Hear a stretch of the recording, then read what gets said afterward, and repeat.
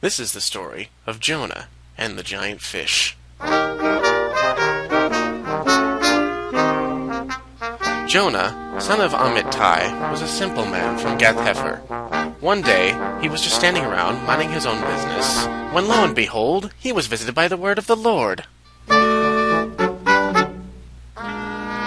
The Lord commanded him, "Go to the great city of Nineveh, prophesy against it. Their wickedness has been brought to my attention, and I have chosen you to get them to repent." Now Jonah was a simple, reasonable man, but he was also quite shy sometimes. The task given him by the Lord made him extraordinarily nervous, so he went to the city of Joppa and quickly purchased a boat ticket to Tarshish, the opposite direction from Nineveh. Jonah may have been a simple, reasonable man, but in a pinch he wasn't terribly smart. He foolishly hadn't remembered that people don't tend to be successful when they run away from the Lord. And so, while he was at sea, a terrible storm came upon the boat. Rocking, rolling, bobbing all over the stormy waters, the ship seemed very doomed in such an event. The entire crew was very concerned, each calling to his own God in desperation to make the storm go away. Now Jonah was a simple man, and as such, he was a very heavy sleeper. He woke up to one of the crew, begging him to explain this terrible storm. He was summoned to a meeting of all persons aboard the ship. Nobody claimed to know anything about why the storm was upon them, so they drew straws. And wouldn't you know it, Jonah drew the short one. So he admitted to the crew that he was running from the Lord. Naturally, this didn't please the sailors very much.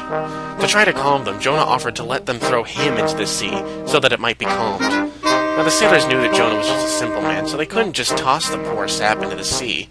So they tried everything, rowing hard against the wind, throwing cargo overboard, but the storm only grew in strength. And the more they threw, the more they rowed against it, the more intense the storm became. And so, praying to the Lord, they tossed Jonah into the sea. And immediately, the sea calmed itself. The sailors were so overwhelmed with relief, so thankful for the receding storm, they rejoiced in Jonah's God for sparing them, as Jonah floated away.